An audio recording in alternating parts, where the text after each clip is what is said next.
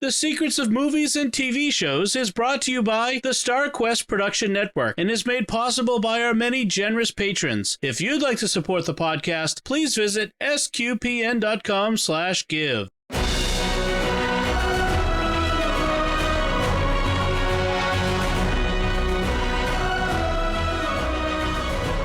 Hi, I'm Thomas Salerno, and you're listening to The Secrets of Movies and TV Shows. And in this episode, we'll be discussing the movies that we love to watch on repeat. And for tonight's discussion, it's a tale of two Mikes, because I am joined by Mike Denz. Hello, Mike. Hey, great to be here. And by Mike Creavey. Hey there, Mike. Hey, everybody. I didn't think of that, by the way, Thomas, until just now. Speaking of Bob Newhart, I'm Tom, and this is my friend Mike, my other friend Mike. Sorry, that was pre-show chat. Pre-recording jibber jabber. Yeah. But be sure to follow the podcast on Apple Podcasts, Google, Spotify, or your podcast app or directory of choice. And please do us a favor by sharing the podcast with all your friends, because we've got a lot of great movies and shows to discuss on the podcast this summer. So you're going to want to stay tuned for that. And you can follow the show on social media. At Facebook, we're at facebook.com/StarQuestMedia. On Twitter, we are at SQPN. And on Instagram, we are at StarQuest Network. So I'm really excited for this discussion because I did a lot of thinking beforehand, but I don't really have a lot of like hard and fast notes for this one because it's weird. The movies I watch on repeat, I don't know if this is true with you guys, but it changes over time. Mm-hmm. It's never the same from one season of my life to the next. What about you guys? Is that true for you? It's true for me, but for different reasons. I used to have a collection of VC tapes of movies that I collected. And I remember when I went to Franciscan University, one of my first roommates, upon seeing this shelf of about 20 some movies, actually said, "Have you watched all those movies?" I'm just like, several times over, actually. Now, you know, this was back in 96. There wasn't as many Star Wars movies as you might think. There was others that we'll talk about tonight. And I don't have a VCR anymore. I don't know where those tapes are. I probably thrown them away. And so they're not, I have to pay to watch some of the movies I used to like to watch all the time because I rely on streaming. I know. Yeah. So unless I have it on DVD, which is not much of that, I still do have some of them, you know, and do I really want to get up and walk and put it in the DVD player, you know? And just try to find it on streaming or pay for it or whatever. Yeah. Oh, I'm glad that's not just me. Yeah. So yeah, it's what's at my fingertips is really. But there used to be a time when if it was you're strolling through channels, you're like, oh, I will watch this again. You know, it's the middle of the movie. I don't care. This is great. It's a great scene. I hadn't really thought about that too. It's just the changing dynamic of how we consume it affecting it a lot too. Because for me, you know, we had VHS tapes, you know, a bunch, you know, growing up and everything. And then I bought like my first DVD player like in high school. And then I really started building this collection. So I still have all these DVDs out here. And even now, like I'll walk past some of them and just be like, I will never watch that movie again. Like there's a few of them where it's just, you know, maybe it's just something that's, I don't know if I'm getting more sensitive or I just don't care. Like there's certain war movies or certain crime type movies. And I'm like, I don't want to see that anymore, you know, and that's movies in general, of course. But then like the ones, like you said, Thomas, there are some where I was like, I don't feel like that's one I watch as much anymore. And I think a good example is probably the Godfather movies. Nothing against them at all, because I've, you know, been on 4 episodes now. We did three episodes of Secrets of Movies and TV Shows with the Godfather with me and Dom and Andrew Hermes, and then we did an epilogue with a review of The Offer on Paramount Plus. You know, so I rewatched them for that. But I don't know about you guys. I wanted to ask you this too. Did you find yourself like putting down a lot of movies on your list that you've been on the panel for on SQPN Secrets of Movies and TV shows? Like that seemed to make sense. Yeah. So what is it about those? Like that's what I'm kind of wondering about, you know, as we go through this. Oh, and by the way, like I'm trying to cut down on my isms, and that's one of my isms. It's interesting, but and then I say, but anyway, ditto. Yeah. When I was a kid, they were my go-to movies because I also had a VHS collection, and then when DVDs came out, they were super expensive. and then Blu-rays, of course. And I got tired of upgrading my collection to the different formats. So I'm just like, honestly, yeah, I gave away most of my physical movies to thrift stores and stuff. I have the ones that I like to watch over and over again that are hard to find on streaming. Yeah. For me, it's like, because I love like vintage sci-fi and like monster movies. And a lot of those are hard to find on streaming. If you don't have some of those Godzilla movies, physical, you're not watching them. Or they'll show up on one of those weird like third party like Roku channels or something that's like got ads in it, or it's like a weird, someone filmed it off a TV or something. Like it's not good quality. Yeah, the YouTube, and like I gotta watch it in parts. Yes, the YouTube is the movie that's put on YouTube. Part like, 17. And convenient 37 parts, and like waiting for the ads so I can watch the next part, because it'll take me there. But, I guess if this is the only way I can watch it for free, then that's the way I have to do it. Well, it's like what you said, Mike. Our whole culture around watching movies has changed. It's the convenience of streaming, and, a whole, I think, couple of generations now are growing up without physical media, without going to the video store and renting that movie again, because like, I know in my childhood, a lot of movies I watched over and over again that weren't part of my VHS collection. I had to walk down to Blockbuster and rent them, on a Friday after school. And that whole experience is just... That was fun, though. Yeah. It was fun. No, exactly. It was great. But that whole experience is just gone in most places.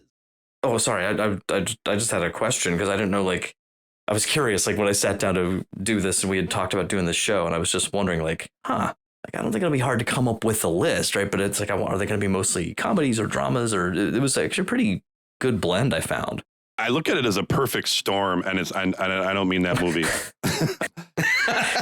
Although I could make an argument for that being rewatchable, though it's not one of mine.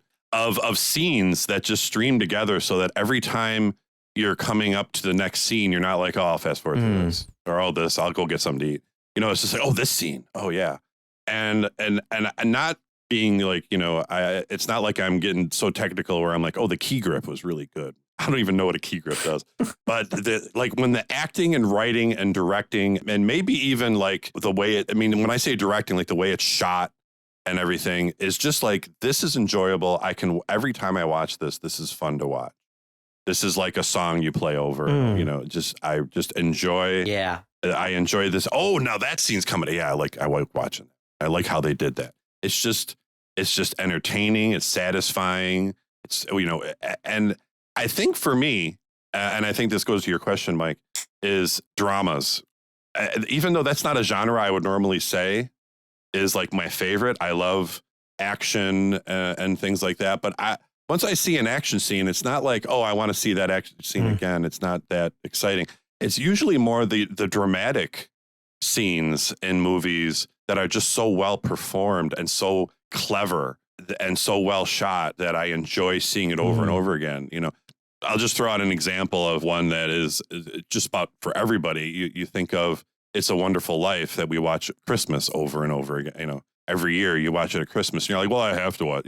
You enjoy every scene. Yeah. You enjoy seeing George do all those different things. You enjoy seeing what he goes through and the other people. You enjoy when Clarence shows, right. And there's no action, it has its funny parts, but it's not, it doesn't make you like laugh hilariously. You just really enjoy seeing that. And maybe there's some nostalgia with that one too, but it's just really well done. And that's what when I look at my list, I'm like, this is just a series of really well done scenes that were well edited. I bet editing has a lot to do with it, how well that's done. And music. That it's just, I really enjoy this. Yeah. The music is, I think, for the whole movie, I don't know that an individual scene, but it certainly is like in the top, I don't know, 5 to 7 things about a scene that just cinch it for you. That's when people talk about, famously like John Williams' music being the air or the atmosphere of Star Wars. But I think, which is true, but I think sometimes we forget, I think that's just as true to say about Hans Zimmer's music, in the Dark Knight trilogy, or like, any score, that you go to. I mean, like James Horner's work on like I enjoy so much in some of those. Braveheart. His score for Titanic was really good too. That's not on my list, but oh my gosh. But yeah, it's just, and that's sometimes overlooked, I think. Yeah. Yeah, he did some of one of the ones on my list, just to break it out, is the Jack Ryan movies. Oh yeah. And I think that's where writing must a lot to do it, because the original Jack Ryan was Baldwin in Hunt for Red October, but I love Harrison Ford's Jack Ryan much more, even though he's too old. Blah blah blah. Patriot Games was good. And Patriot Games and Clear and Present Danger. And Patriot Games, I was just rewatching that before I even realized I was doing this. I was just watching it, and Enya's work, the New Age. Isn't that because that's the IRA? They're like the Irish. He's thing, the right? IRA, the Irish, yeah. Sean so they Bean used that, and it just really worked well. But James Horner was, the composer for that, and that was I don't think I knew that. And he did some Star Trek stuff. Right. I mean, he's probably my second favorite after John Williams. James Horner is my second favorite, with probably Braveheart and Titanic being the two masterpieces of work. I could listen to Braveheart music all day long, and there's so many great pieces in that. I'll tell you one of my new favorite composers who worked on a movie that is probably going to be one of my new go-tos, and that is Bear McCreary, because he worked on the recent Godzilla King of the Monsters, which was great. Like he captured the Japanese themes for a lot of these monsters, but he redid it in a way where it was, you recognize those themes, but they were still they were different enough where you're like, he captured them, but he made them his. It was just great. Like, and that movie did so much to recapture what was great about the older Godzilla movies, because they leaned into some of the ridiculousness. And I saw a lot of the reviewers just didn't get it. They were like, oh, this movie is so stupid. And I'm like, yes, that's the whole point. It's a big, loud, stupid monster. It's a radioactive movie. monster. Of course. Of course, none of the science makes sense. Of course, they defy gravity. It's a monster movie. It was at the second Jurassic Park where they had Japanese people running away from one of the dinosaurs in a just silly, goofy... Another movie I watch on repeat. Yeah. All the Jurassic Park movies, the older ones. Yeah, the original couple. Yeah. Jurassic Park's my favorite movie of all time. Oh, well, okay. Oh. And it's interesting, Mike, you mentioned about scenes that are just great scenes. I don't know if it's my favorite scene in Jurassic Park, but one of my favorite scenes has no dinosaurs in it. It's all dialogue. It's the scene where Hammond, the guy who's created the park, is sitting down with the paleobotanist Sattler after all the dinosaurs have escaped. His grandkids are missing in the park, and he's just sitting there forlornly eating ice cream that's been melting in the freezers because all the electricity is out. And he talks about, like, his vision for Jurassic Park and how he just wanted to make something that people would enjoy, but he gets more and more worked up as the scene goes on. And there's this brilliant piece of dialogue. And he talks about having created a flea circus in his youth, which was all sleight of hand and illusions. He talks about how he's going to do this again if it doesn't work. And Sattler's like, no, Jurassic Park is still the flea circus. It's all an illusion. Hammond says, when we have control again, Sattler cuts him off and says, you never had control. That's the illusion. I love that because that is the core of the movie. That's the message of that movie. The idea that man can have control over nature, control of this kind of science that he barely understands, yet he's doing with it things that were never meant to be done. That scene is just such a brilliant scene, so well acted, so well written. And none of that dialogue's in the novel, by the way. And I like the novel, but in a lot of ways, the movie is, dare I say, better than the novel. The characterizations are better. It has better dialogue. And yeah, Jurassic Park is just one I'll go back to anytime, whether it's on TV or whether I just download it and stream it one day. I'm just like, no matter what mood I'm in, Jurassic Park is just brilliant. Attenborough was great. Oh my gosh. I mean, his casting and his performance, and he just drew you in. It almost reminds you in a way of listening to Quint in Jaws talk about Indianapolis. You know, he's talking about his flea circus, and you could just see him, and there were no fleas, but you could hear the little kids saying, "Oh, I can see the fleas, mommy," and but there weren't any fleas there. I can see the fleas, mommy. Yeah, but everything was all animatronic. You know, when dialogue is good, you know, and when it's not, you get. I'm so excited. I think this is like the 10th SQPN show in a row I've managed to do this in. But then when it's not good, you get lines like, "Somehow Palpatine returned." I'm so sorry, Oscar.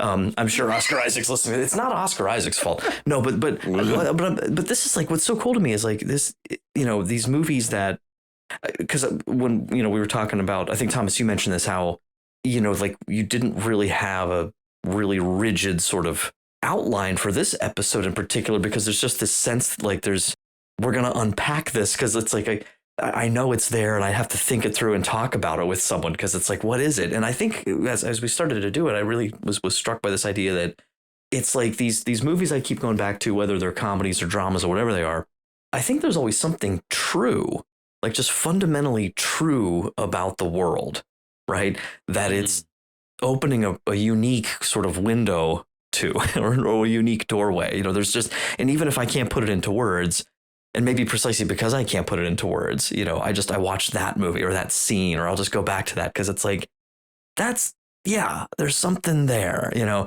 And I had to grab this quote because this jumped out at me. I do a lot of kind of education research just with my job and stuff, and I'm getting involved in more classical education kind of conversations and stuff. And in that came across this quote from G.K. Chesterton. He says, "We read the Iliad because life is a battle, the Odyssey because life is a journey, the Book of Job because life is a riddle." And he could keep going on. And I was like, that is just so like, I watched The Village, for example, which was another SQPN, you know, movies, the secrets of movies and TV shows that I was on a while back. M. Night Shyamalan's movie, The Village. And it reminds me a little bit, Thomas, what you said earlier about people like ripping it apart, the Godzilla movie. That's how I feel when people rip apart The Village, because I think it's a masterpiece. And I'm not afraid to defend it, because I think it's one of his absolute best films. And it's precisely something that I just don't see most people. It's not even on their wavelength sometimes. And not because I'm special or smarter or whatever than anybody else. It's, for me, that movie is such a tremendously brilliant sort of theological anthropology piece, where I think it's a great commentary on original sin. You know, and spoiler alert for anyone who hasn't seen it yet, it came out 19 years ago. So I'm going to ruin the ending for you.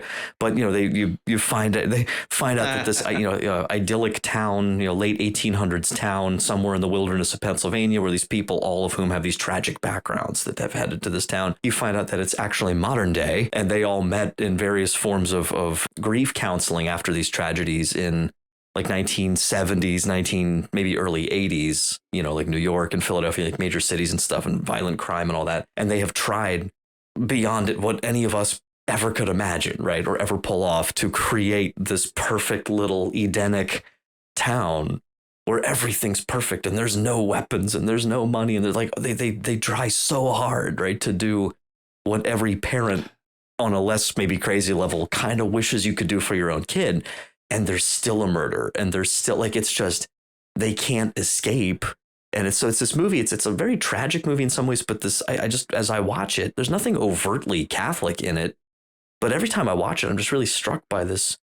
Like, this is true. Like, we want to create these spaces, and we can and should to an extent, but there's a line somewhere where, like, and back to what you said, Thomas, like, we don't control it. Like, at the end of the day, life's not about what I can control. There's always going to be something I can't. And then what, right? Where's faith come in? So that's just one example. I mean, like, that's a more serious one, but yeah, I don't know. That's something that comes to my mind about, it's a window into the truth of life, you know? I wish all my movies on my list were like that, because my list has a lot of guilty pleasure movies. Oh, I do too. Like Bill and Ted's Excellent Adventures on my list.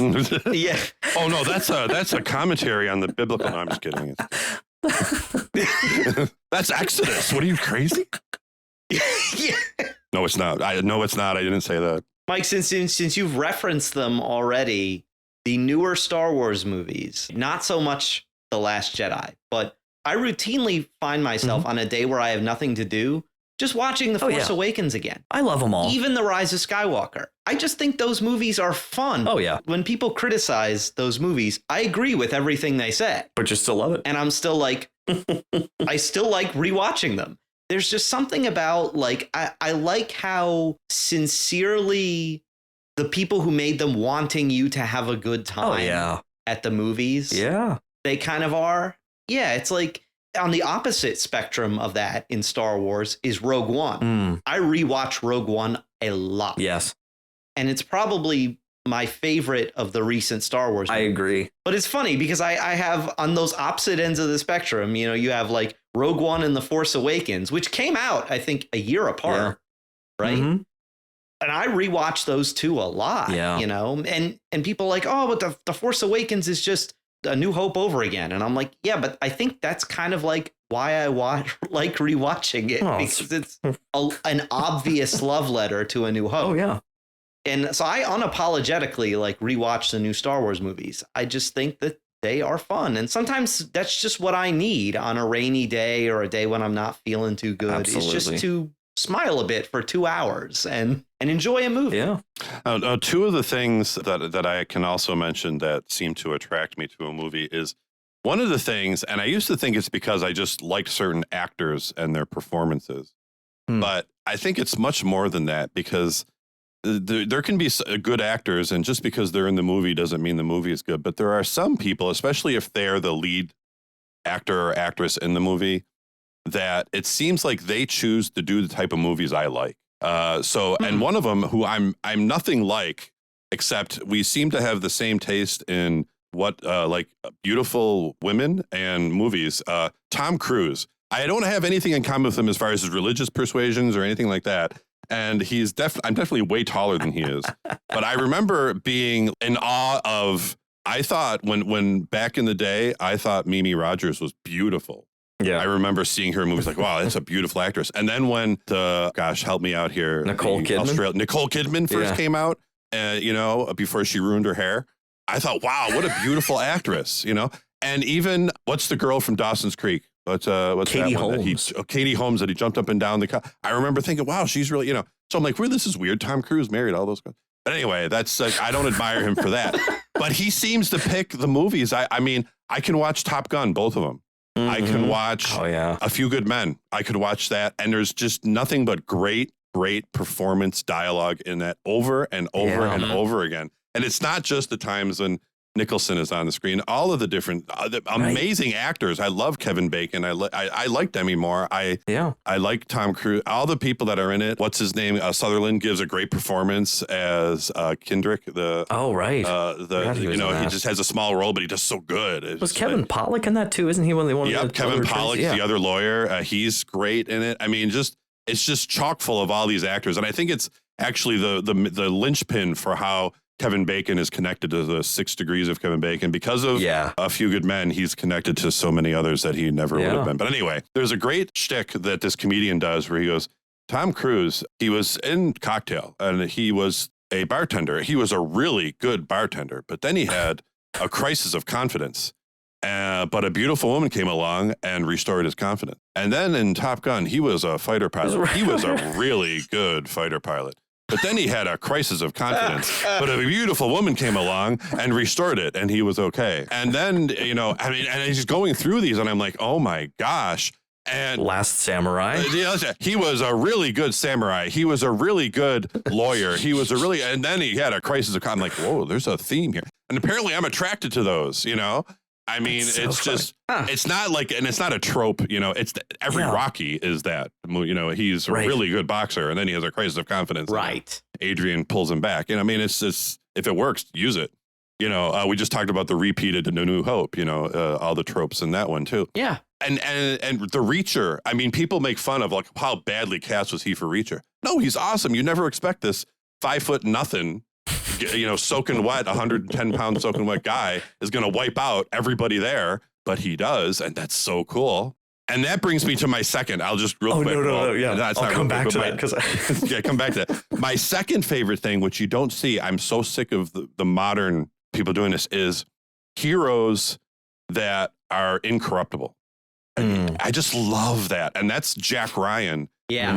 In those movies, he doesn't fall, he doesn't fail. I'm not saying that he wins every fist fight or he's the best sharpshooter or anything like that, but he has this moral integrity where he doesn't. It's not, you can depend on him, and I'm really tired of seeing, like, especially in some of the different shows you might binge through different episodes. They have to have these characters have all these moral flaws and all these problems and whatever. And I understand that you show people have weakness and everything, but it's great when you're watching a story that revolves around someone that overcomes their weaknesses and triumphs. That's what I want to. I don't need to see another person cheat on his wife, or another person succumb to the drugs, or another person take the money and choose, to betray his friends or whatever. Well, that kind of incorruptible hero, that's Chris Evans' Captain America. Yeah. I mean, I love those movies. That's the Christ. Those movies are terrific. That's the seeing Jesus, the Christ figure through these people,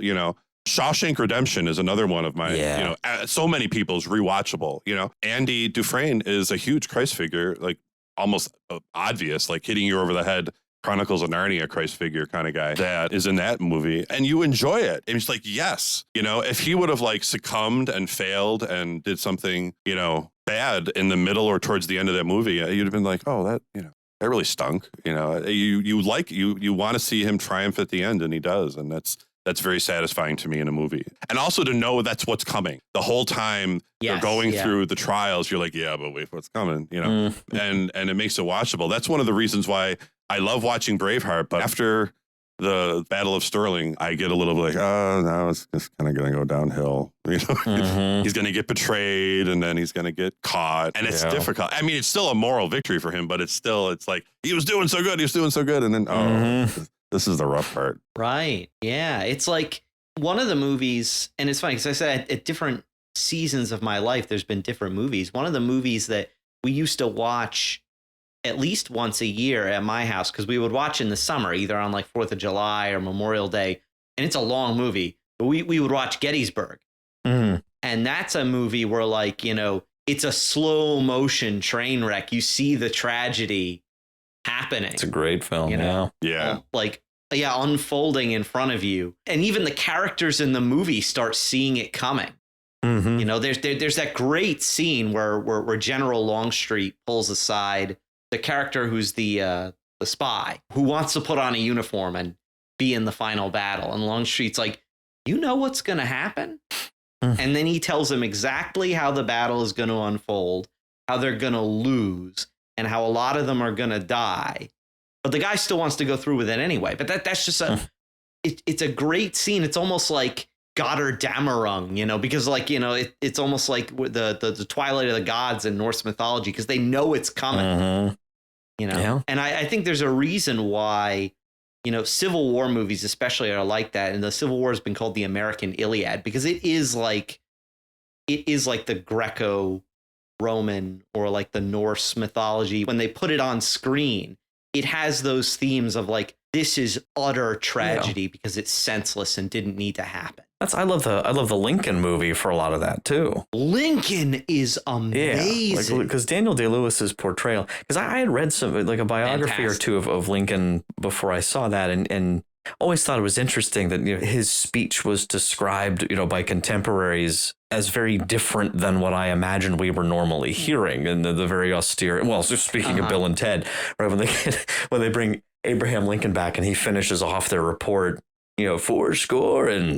7 minutes ago, and it's not like, which greatest Lincoln portrayal maybe ever, sorry, Daniel Day-Lewis, but, party on, dude. It's like, just, but that's, but he apparently had that more like kind of Kentucky, like it was like a higher pitched guy, because, he was not from Illinois originally. He was from Kentucky. No. Which I believe consequently in his run for president, he was attempting to appease potential Southern voters too by like, I'm from Kentucky, I kind of get the whole border state thing, and but for Daniel Day-Lewis, and he saw, I don't know if you guys saw this was an interview with Oprah or somebody shortly after that movie came out, and he said he wasn't attributing it to divine inspiration, but like he very seriously, like I could see the sort of sincerity just in his face, but he was basically talking about like research and all that kind of stuff, reading everything he could. But then like there's a moment where like I can't remember exactly how he worded it, but it's just he seemed unable to kind of phrase how the process works, but almost gave it like a spiritual kind of like it just came to him. And I do sometimes wonder, it's funny with movies, like we talk about this, of course, as entertainment, and it is, I think, chiefly that most of the time. But I do wonder sometimes, the craft of acting and what we're doing here with theater, what they're doing. I'm just mostly watching it, what we do and what I do and consuming of theater. But no, it's a cool thing to just imagine. Like sometimes I don't know about you guys. Sometimes I just feel like certain movies, like obviously some of them are like clearly inspired, like maybe by Satan himself. Others, I wonder, is there some, divine inspiration for some of these classics that just, I mean, like there are with certain books, you just feel like there was another author involved in this, right? Well, even the Greeks had this idea of the muses. Right. And there was a muse of drama, if I'm not mistaken. Oh, okay. There was a muse of drama, there's a muse of literature, and this idea that there is kind of sometimes the artist just, I even saw a Tolkien quote the other day to kind of segue almost into Secrets of Middle-earth here for a second. But Tolkien, he mentioned how like when he wrote the climax of The Lord of the Rings, where Gollum takes the ring from Frodo and slips and falls into Mount Doom, spoiler alert. But he said at that point, the other author took over, by which I assume he means the creative, the Holy Spirit, the kind of creative genius, as the Romans called it, the genius of creative thought and art. Yeah, I think there's something true to that. And I think you're right. We see it in the best movies, the movies that, like we said earlier, have something true and beautiful and meaningful about life, about them. Like, yeah, there's the movies we watch for fun and they're great, but then there are movies that are just affecting in some way. I think there's fun, there's nostalgia, and then there's those movies that just affect you on like a deep level. And sometimes those come together in all three, and it's like a moment of grace almost is perfect. Well, can I throw out another category just to see if you guys, because I'm curious if you guys have any of these, because I feel like this is a category of its own of like within the broader sort of genre of comedy, but specifically comedies that really have as their focus a just wacky dysfunctional family undergoing completely astonishing circumstances where you don't like, you've probably never actually had anything like anything in that movie or most of it ever happen in your real life, but it reminds you enough of your own family to get that I feel like there's this perfect balance when it's done just right of the astonishing realization of just how weird and wacky and completely crazy families are, but how you just can't live without yours. You know what I mean? Like, and you love them, and those are my favorite kind of comedy. So, like, the two that I put down were Arsenic and Old Lace, which is really out there, right? With is it Cary Grant? I think I'm drawing a blank here. You're right, Cary Grant. It was a stage play, I think, first, and I mean, my wife and I will watch that. I'd say about once a year we'll pop that in because it's like, oh, it's been a while since we've seen it. It's just so ridiculous. And like Peter Lorre's in it. And, there's some great characters in that. I don't want to spoil that one for anyone who hasn't seen it. It's a classic, but a lot of people maybe haven't seen it. So definitely I would check that one out. But the other one, another older one, not quite as old as that, was Mr. Hobbs Takes a Vacation with Jimmy Stewart. Did you guys ever see that one? It's a Jimmy Stewart movie. It's like 1962, I think. So it even has a little nostalgia. Like at one point, he's going up the stairs and like the banister, like the ball thing on the banister comes loose. Oh, really? Like, and It's a Wonderful Life, and he's like, right. Yeah. But the basic premise is he's a bank manager from St. Louis, and he and his family are going on this family vacation. They basically have, I think it's two adult daughters who have families of their own, young families, a third daughter who's an awkward teenager with braces, and then their like 12-year-old son.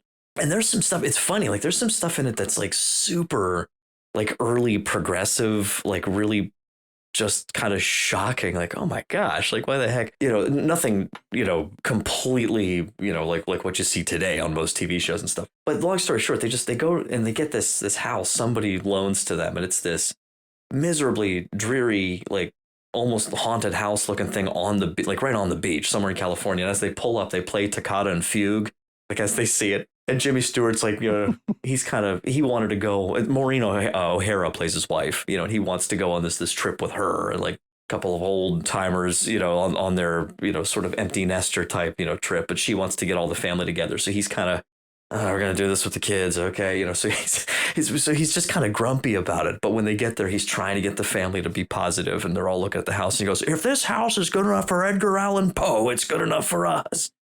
And then there's just so many, and like the sump pump, or like they have this old school pump that breaks, and it's just all this chaos. They have a Swedish housekeeper who's with them, and he comes downstairs and says, hey kids, who wants some sun on the beach? And she gets furious and leaves because she thinks he said something else, because it's like, she's like, in Sweden, we do not swear at women. And he's like, oh, and his wife smacks him. She's like, what'd you say? I came down and I said, you want some sun on the beach? And, and it's campy, it's goofy. There's a lot of just fun early 60s kind of, stuff in it. So that's a fun one too. I found like I got in a Jimmy Stewart kick. But it doesn't really fall into this as much for all the movies. But I mean, just watching him. Oh, he's wonderful. Perform. I just love him so much. I mean, I don't really, I need to separate myself from what I know about actors or try not to find out about them in order to enjoy their performance at times. But with him, I just love him as well as his craft. So just watching him, do what he does is so great. But I don't want to forget, I mentioned the Reacher movies with Tom Cruise, and you had something you wanted me to get back to. Oh no, you said something about some people having it hard to believe with him in that particular role, and all it made me think of is it's so bizarre now because I'm a high school teacher, and when you say Keanu Reeves, the kids now all they think about is John Wick, and listen, I'm a fan of The Matrix, and he he certainly it's an action role, it's a serious role. He was in Speed, he was in Point Break, or before that, like he's been in these, and sometimes goofy. Bill and Ted. Yeah, but that's what I'm getting to. He was in these action movies, but Keanu Reeves will always be Ted Theodore Logan for me from Bill and Ted, and I just can't. I can't ever really get him out of my mind whenever I see him in anything. It's just, I was just quoting yesterday when he and Bill go back to ancient Greece, because like what I love about them in that movie is they're kind of innocents, like they're just are dumb, like they're really, like they're not trying to be disrespectful. Like they're just they know who they are, and they go back, like they're trying as hard as they can, and they go back and they hear people walking by and saying Socrates. He's like, oh, he's in our report, dude. Look him up. Then he starts flipping through the book. He's like, oh, it's under Socrates. Oh yeah, and he flips, and Bill reads it. He goes, he says it's Alex Winter, I guess, and he's like, it's like Socrates. The only knowledge is in knowing that you know nothing. And like they look off in the middle distance, like really pensive, and then Keanu Reeves is like, that's us, dude. It's just so quotable, that whole movie, I think they quote the Days of Our Lives thing at the beginning. Like they go to Socrates and he's like, all we are is dust in the wind, dude. Look from Kansas, dust in the wind. And then Socrates picks it up and he's in Greek on the bottom. Like he's like having this revelation. He's quoting the Days of Our Lives. It's just so like sands through the hourglass. Like sands through the hourglass. It's a treasure. I love that one. I just saw a thing with interview with Keanu Reeves. Like, when did you realize, you had such a cult following? Like, he has such a strong cult following of fans because he's very relatable and just a good guy and stuff. And he just started saying when people started quoting, and he started quoting Bill and Ted, he started quoting Point Break, he started quoting The Matrix. He's like, I've been in a lot of quotable movies. I mean, it's not like I'm so incredibly quotable. It's just I happen to be in all these movies that are really quotable. And it's just like, yeah, actually, I didn't even get to John Wick. And you were just going through all these, people that'll quote his movies. Like, that's when I started to realize, hey, I guess I have a following. Yeah, I mean, like the quotable movies are the best, like that. There are movies where I could probably recite most of the movie. Oh my gosh. Like Princess Bride. It's my friend Tim knows like every single word of Three Amigos. Like he just we had a Three Amigos themed birthday party for him. You know, but that's not. I mean, I love that movie, but that's not one of my always rewatch it. I don't know. It's just funny. Like, you know, Star Wars, The Dark Knight, the Lord of the Rings movies. Yeah. And it's funny too, because like I love the Lord of the Rings movies, and there was a time in my life where I watched those a lot. Even the extended version. For me, it was the extended or nothing. But like now it's like I've got to be in the mood to watch those movies. Yeah. Not because I like them any less, but because with adulting and stuff, you have less time to sit and watch a 3-4 hour movie. You have to make sacrifices. Yeah, exactly. But that's another interesting thing. Movies in general are just, I heard a discussion about this the other day online, where movies in general are just getting longer. Mm-hmm. And I feel like that may be one of the reasons why I don't rewatch a ton of recent movies, like from the last 5 or 10 years. Aside from the Star Wars ones and 1 or 2 of the Marvel movies, my list doesn't have a whole lot of recent movies on. And do you realize why they're getting longer? No, why is that? Because the movie theaters are no longer the major in charge. We need to get people out and back in for another seating. Because when you're streaming, who cares? People are paying for the streaming. We don't care how long the movie is. So, like, it's the same thing with, music. You need to have a song for the radio that plays for the radio in a certain amount of time so that they can play it and play a certain amount of songs to get to the commercials, whatever. And so movies being that, that sweet spot, where they had to edit it down, it's not so much anymore, especially if it's made for Netflix or made for Amazon Prime or whatever. You can have a longer one, doesn't matter. Or you could just turn it into some huge 13-part limited series where it was going to be a movie, but we made it into that. Well, and it's interesting because like before in earlier decades, when movies were 3 or 4 hours, they had an intermission. Gettysburg has an intermission. Right. Tora has an intermission. Avengers Endgame does not. Yeah. Well, the Batman doesn't have an intermission. Probably should, but. Well, and I was just checking because another one on my list is an old classic I always love is The Ghost and Mr. Chicken with Don Knotts, where he is a Rachel, Kansas, like this little town in Kansas. He's a wannabe news reporter, but he's just the typesetter in the basement. And I mean, I love Don Knotts. I mean, I don't think anybody like his nervous man, which he employs in this movie. This movie, if you haven't seen it, the speech at the town picnic in The Ghost of Mr. Chicken is maybe the greatest speech in the history of film. And it's not because he is just like, the one thing I'll give away is he gets up there and his papers are shaking and they like shaking on the microphone and he pulls them down and he just like says the first sentence and a gust of wind blows the whole speech away. And the look on Don Knotts' face of just like, as his speech just blows away.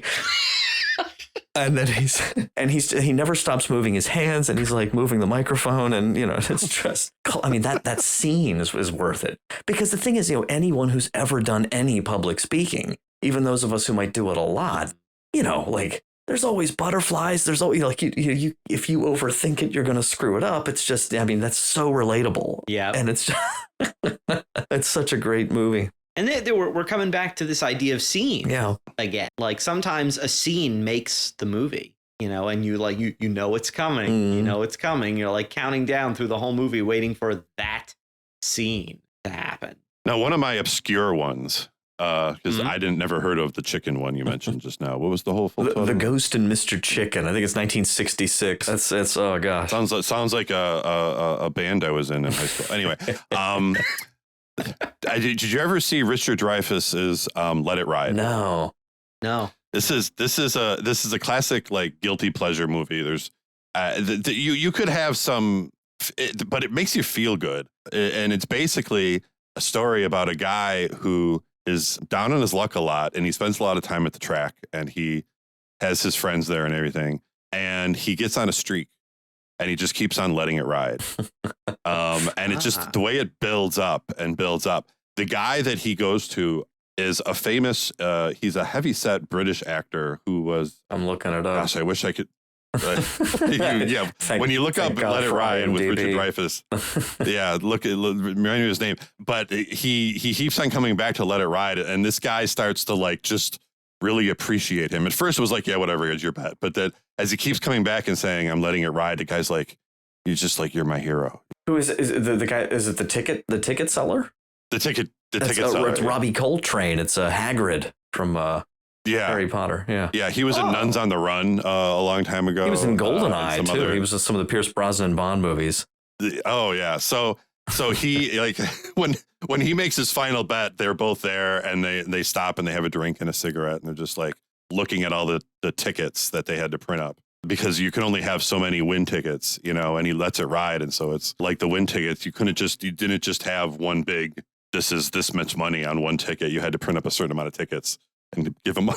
They went back in the special room to do that. It was just really cool. And just all the different things he goes through and how he picks which horse to pick. It's very funny and entertaining. And it's definitely rewatchable. The other one, my other obscure, because the ones like the Jack Ryan and the Shawshank Redemption and the Tom Cruise movies and the Princess Bride and Star Wars, Indiana Jones. A lot of people have those. Indiana Jones, My other one is Diggstown with Louis Gossett Jr. and is that a boxing? It's a boxing movie, right? Yeah, it's a boxing movie. Who's the conservative actor? John Voight, is he in that? Who's in it? Or not him? No, I know. I could see him, and I Doesn't I know that have James Woods? James Woods, yeah. James Woods, and James Woods is a con artist, so it's kind of like a con movie. And him and Louis Gossett Jr., who's the boxer, go in, and they are going to con this. He's kind of like a boss hog of this town. That his boxer can beat any 10 of residents of his county in a boxing match in a 24-hour period. And that's the setup. That's the whole thing. And there's this one scene. This is one of those, all these different scenes. But this one scene where the guys are setting out the rules. What are the parameters of our bet? And he slides this liquor bottle down to James Woods, and James Woods stops it in one motion with his hand, catches the neck of the bottle with his thumb on the twist top, and flicks the twist top, and it spins off the bottle and just lands perfectly. And he pours himself a drink. It's just like, I'm like, how many takes did they have to go for him to catch it and flick it, and it popped off, and he poured it, and it was just like perfect. Oh my gosh! And it was just little things like that about that movie. But it's got great comedy, great drama, tragedy, all of it, and just good dialogue and the scene after scene, and like in the tradition of The Sting and other great like con artist movies, it's got just a great ending. Well, I just saw there too. It has a very young Jim Caviezel in it too, like in his early 20s. Oh yeah. I think he's one of the many boxers that are lined up in it. Yeah, that's funny. Speaking of comedies, I almost forgot the Muppet movies. Those are fun. I go back to those a lot. Those are fun. Do you ever watch? Always fun. Do you like Muppet Treasure Island? That's my favorite. Thomas, this is okay. You have no idea how significant this is. We'll talk about this more some other time. Okay. But this my wife, it's so funny. Like she just doesn't get it, and she's I've tried. Like what? It's that movie. I don't know what it was. Like my brothers and I just loved that movie. Like my cousins, and we joked, like we sang the songs, we quoted it all the time. The songs are great. And I still quote it. And I tried to show her it once, and she just wasn't. She's like, I don't really, why is this such a big deal to you? I'm like, okay, I guess you kind of had to be there for 25 years of this, because I believe Hans Zimmer did the score. I think he did. Of Muppet Treasure Island. I just quoted this a few weeks ago because Billy Connolly, right? Doesn't he play Billy Bones, the Scottish actor Billy Connolly? Oh, Billy Bones, We always quote the line when he's like talking to, he's dying and he's talking to Jim. Hawkins, and he's like, Jimmy. And he has Gonzo's. You've always been a decent soul, told Billy Bones. He's like squeezing Gonzo's nose in his confusion, and he's like, I'm not Jim. He's Jim. It's just so dumb. And then when he finally dies, and Rizzo's just like, we are standing in a room with a dead guy, and then they all freak out. Bold. Oh gosh. That movie, that's a blind. And then the blind guy, Yes. Remember, because he's the visually challenged fiend, right? Not the blind fiend. Tim Curry as Long John The Silver. visually challenged. Oh gosh, Silver. it's outstanding. Oh, Tim Curry. I love Tim Curry. And that movie has some of the best pirate music. It's the fun. main theme of that movie. I like it better than the Pirates of the Caribbean music. Yeah, which is ironic I because love that pirate theme. Hans Zimmer took that over years later. Oh, that's right. Yeah. Yeah, well, a couple of quick Hans Zimmer's rewatchable movies of mine: Backdraft Oh yeah, and Crimson Tide. Yes. Crimson Tide, I think, is his best theme. Crimson Tide is a great movie. Yeah, and the music really, how the triumphant, when they're entering the sub for the first time, and he's giving the speech about Bama and Roll Tide. Gene Hackman, and Gene Hackman and Denzel. Did you ever see that one, Thomas? That music, because that's like a really like tension building one. Like is what I thought. Because it's it's basically conflict over whether or not to launch nuclear missiles between Gene Hackman and Denzel. Okay. Yeah, they get cut off from their transmission that they get in their sub, and Gene Hackman's the captain, and his first mate is for the first this is the first voyage where they're together is Denzel Washington. And they get this, emergency action message, EAM comes through, and it gets printed out, and their antenna gets cut off somehow. I don't know, they had some sort of accident or whatever. So they only get part of it. And it seems like the first message was to launch missiles. Mm-hmm. And the second message seemed to be don't launch missiles, but it was cut off. And the rule is you don't launch missiles after, you don't listen to something that's cut off. It has to be verified. There's no way to verify it. It's cut off. So we ignore it. And Denzel's like, well, wait a minute. This is like we're locked, since it's launching nuclear missiles, maybe we should be more cautious about that. And it's the whole thing. And it's amazing. So and I'm thinking some of the guys, one of the Sopranos, one of the main Sopranos is one of the guys in there. I forget. James Gandolfini's in it. Yeah. Isn't he the one? Didn't he pass away? He did. Yeah. Yeah. Yeah, he was amazing. The guy you love to hate. He just had that look like I want to smack you around. And Viggo Mortensen's in it too, isn't he? I think he's in that rather young. He's his. Denzel's friend. Yeah, he's Denzel's friend, who's the weapons guy. Yeah. Oh yeah, he's got a great part. There's a bunch of. And the guy, one of the original guys from Law and Order, the big guy, he's the chief of the boat, Cobb. Yeah, Cobb's good. What's his name? I forget the actor's name. The actor. There was the one guy, the skinny guy, it's like Lauren Hardy or something. Right. The skinny guy from the original Law and Order, and the fatter guy, he was the heavier guy. Okay. He plays Cobb. I have to look it up, but I'm too lazy right now to do it. But yeah, Crimson Tide. I feel like were there, I don't know. Does it seem like there were more movies like that in the 80s and 90s than there have been in the last 25 years? Like everything seems so serialized sometimes, like the next. Yeah, I don't know. There was right. I look for those, like the ones that I really like what we were watching too. There were I don't know if they came out in the same year or consecutive years, but the ones where the White House was under siege. Oh, yeah. You had Something Has Fallen. What did they call it? There were a couple. Was that the Gerard Butler and Morgan Freeman ones? Yeah, well, Gerard Butler was in the Something Has Fallen, and everybody that's listening to this is shouting the actual title. London Bridge is fallen. Olympus Has Fallen. And then the other one was much worse, but still a good one. Oh, okay. White House Down. And that was with, what's that name guy, the good looking actor's name? Oh, wasn't that they were completely unrelated movies? Yeah. Oh, right. Oh, completely. It was Channing Tatum and Jamie Foxx. Channing Tatum. Fox, yeah. I'm like, Channing, I'm like, who's the good looking actor who has the girl's name? Channing. Tatum, yeah. I always would get his before I learned who he was, his name always confused the heck out of me because I was looking for a woman. It's like, who are you? That one was not as I don't know. It just didn't seem as serious, as well made with everything they did. But it was still, those were just those really intense tension building, just, a certain amount of violence, and whatever action in it. And I'm always searching for those. I just kind of think of my Tom Clancy movies that they don't make as many as. Ooh, Casino Royale is a movie where the tension really builds, and I love watching it. That card game, and I know nothing about poker or card games, but those scenes are amazing. Still probably my favorite Daniel Craig one. Yeah. Mm-hmm. Yeah. And he has some good ones. He does. I love when he fights the guy, and I think it's after he fights the guy in the stairwell. and he's all bloody, and he goes into the shower with his clothes on, I think. And he comes back, and the bad guy, Lashif, is like, "You changed your shirt, Mr. Bond. I hope our little game isn't causing you to perspire."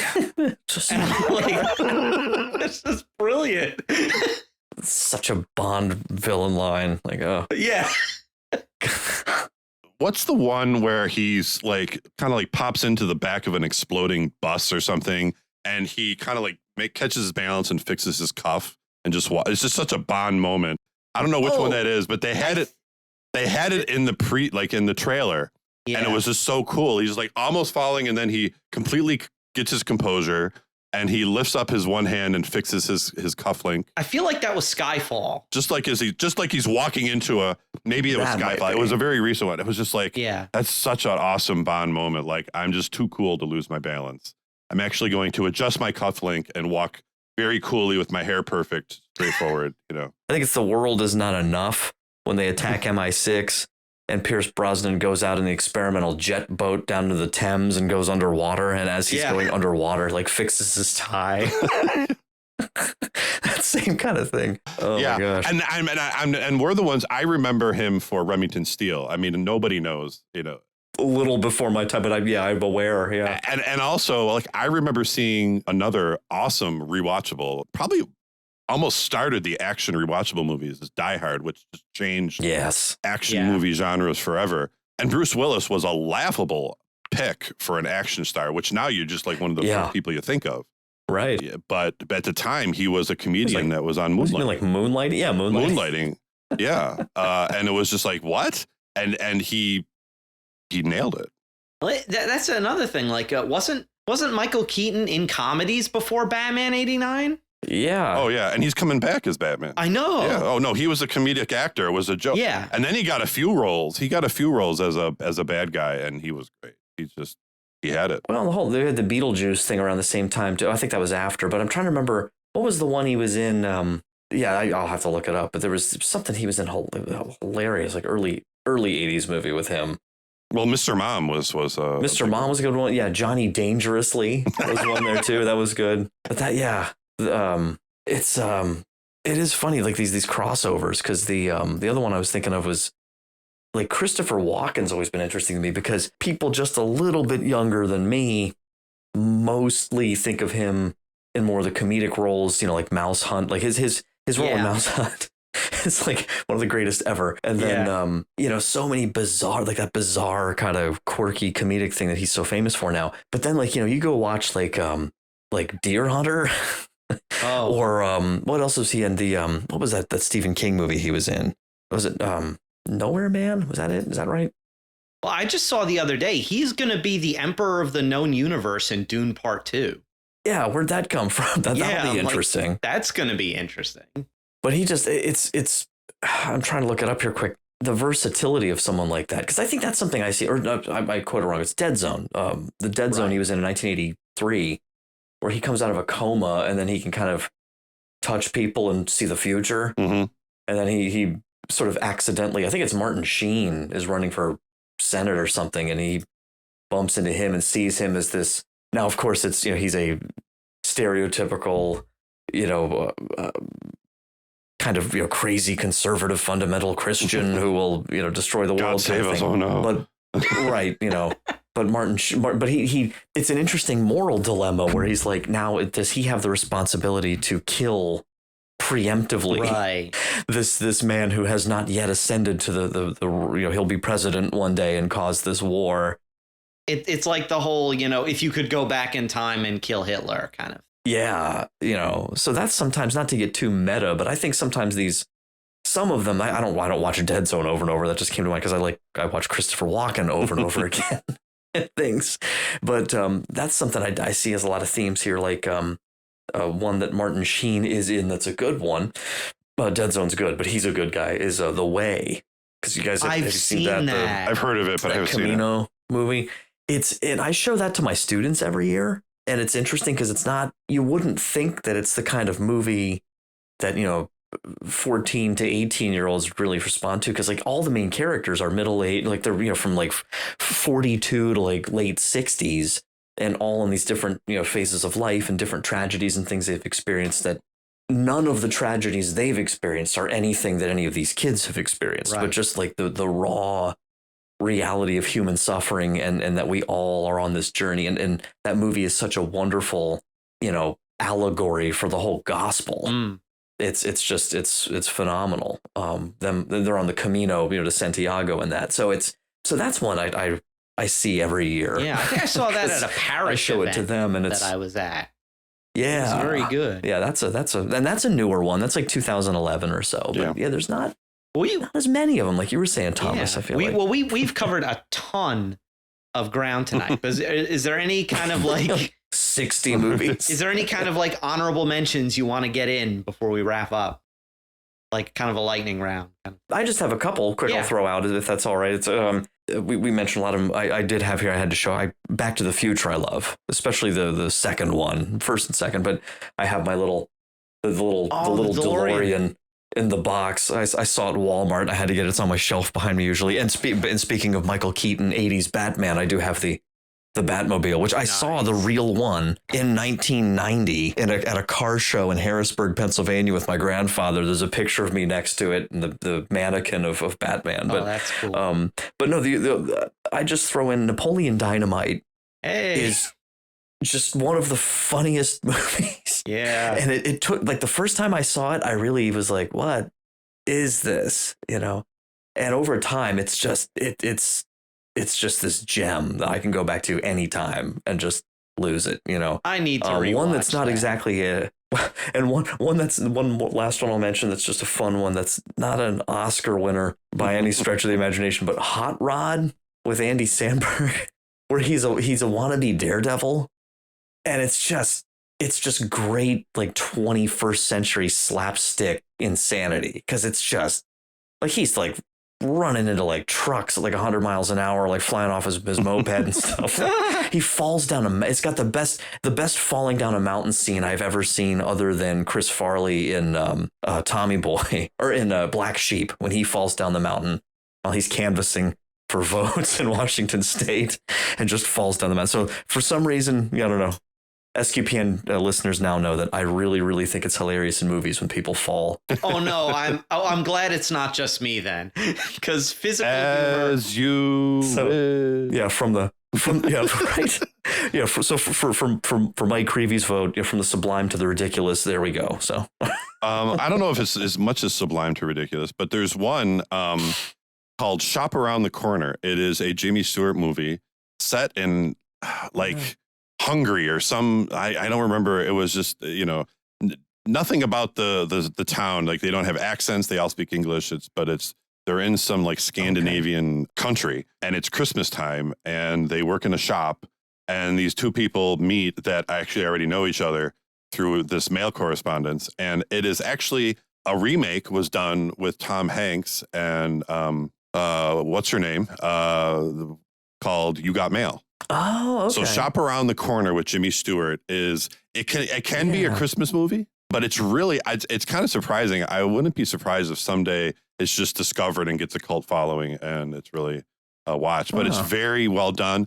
One of the stars is the same actor who played the wizard in The Wizard of Oz. You can tell by hearing his voice, and you're like, oh my gosh, that's the wizard. And my other one that I haven't watched in a while, but I love watching is Superman 2 with Christopher Reeves. Yeah. Oh, yeah. One was good, but Superman 2. Superman 2 is where it's at. Yeah. General Zod and everything, and that great fight scene with New York. Yes. Oh. I always win. So great. Yeah, it's just like they're in the glass. Yeah, the glass. The Phantom Zone and everything, and they're throwing fuss and. Yeah, and Grog can't quite get the heat vision out of his eye. I mean, everything is, it's just great. And even like the ending when he goes back and beats up the guy in the diner, Yeah. Yes. Yeah. Very satisfying. That's so satisfying. So those are my two honorable mentions. I think for my two, I'll throw out one that I watched a lot when I was a kid, and one is a new favorite. So one that I watched a lot when I was a kid, and I can't believe I haven't brought up this guy's movies yet. Ray Harryhausen, the great stop motion effects master. Like, I don't know if I've seen all his movies, but one that I watched a lot when I was a kid was The Beast from 20,000 Fathoms. And it's kind of a forgotten movie now because it came out the year before Godzilla. And the monster, but it's an American movie. It's not a Japanese movie. And it's done with stop motion rather than a guy in a rubber suit.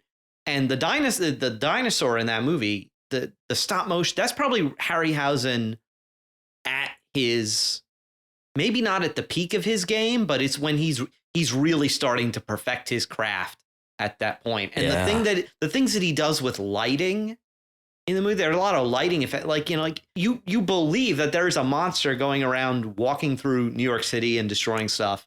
And the acting is not very good. The story is kind of bonkers, but I'm there for the stop motion dinosaur, which looks great. And it's kind of like, was that the one based on the Bradbury? Yes, it was story. It's extremely loosely based off the Bradbury story, the Fox one. The only thing that's the same is that the monster destroys a lighthouse. That's it. Yes, and that's the only thing that's the only thing that's the same. Yeah. And in fact, I think at the beginning of the movie, it says based off of Ray Bradbury's The Foghorn. Interesting. And then a new favorite of mine that I discovered during COVID is The Dark Crystal. I love that movie. It is trippy. I did not see it when I was a kid. I discovered it during COVID. I saw it in the theater. Oh, wow. That must have been an experience. But well, you thought it was like Muppets. You're like, oh, it's a Muppets movie, Yeah. Jim Henson and the whole thing. It was a little darker than a Muppets movie, obviously. I reviewed the movie here on SQPN. I grew up with it. Oh, really? And I love my family, but I'm not sure why that was a centerpiece film of my youth. Really? But yeah, I haven't seen it forever. I have to go back and watch that again. Oh my gosh. I love it. It's now one of my favorite fantasy movies. It was like groundbreaking. Yeah. Groundbreaking with the sets and how they did it with all puppets and absolutely. The making of is amazing. I just realized sitting next to me is the Dark Crystal RPG book for the tabletop RPG that I bought because I need it. I don't even really play tabletop RPGs, but I'm like, I need this book. I love this movie. That is so cool. Oh my god. That's another thing about these movies we rewatch. They keep making memorabilia based on these movies for us to buy. So oh my gosh, yeah. Like your DeLorean, like you were showing us before. Yeah, well, that's why there's so much Star Wars stuff behind me here. I had to make a little space on the shelf for the DeLorean. Right? But yeah, no, we could go on about this all night. Yeah, this has been a great discussion. I think we've covered a lot of awesome movies. And that's why we want to hear from you, our viewers. You need to write into us now and tell us what are your favorite movies to watch over and over again. You can let us know by sending us emails at secrets@sqpn.com, or you can comment on our Facebook page or on YouTube, or you can tweet us on Twitter where we are at SQPN, or you can visit the StarQuest Discord community at sqpn.com/Discord, which is a really great community. There's a lot of awesome, I'm on there every day now. There's a lot of awesome discussions going on. And before we go, we'd also like to take a moment to thank our patrons who make this podcast possible, including Susan B., Andreas S., Jesse K., Megan F., and Patrick W. Their generous donations at sqpn.com/give help us to continue to create the secrets of movies and TV shows and all the programs here at StarQuest, and you can join them again at sqpn.com/give. So until next time, Mike Denz, thank you for sharing with me the secrets of movies and TV shows. My pleasure. This was great. And Mike Creavey, thank you as well. Lots of fun. Thanks for having me on. And once again, I'm Thomas Salerno. Thank you for listening to the secrets of movies and TV shows on StarQuest. Here's another show on the StarQuest Network you're sure to enjoy. The Secrets of Doctor Who. Find the show wherever fine podcasts are found or at sqpn.com/Doctor Who.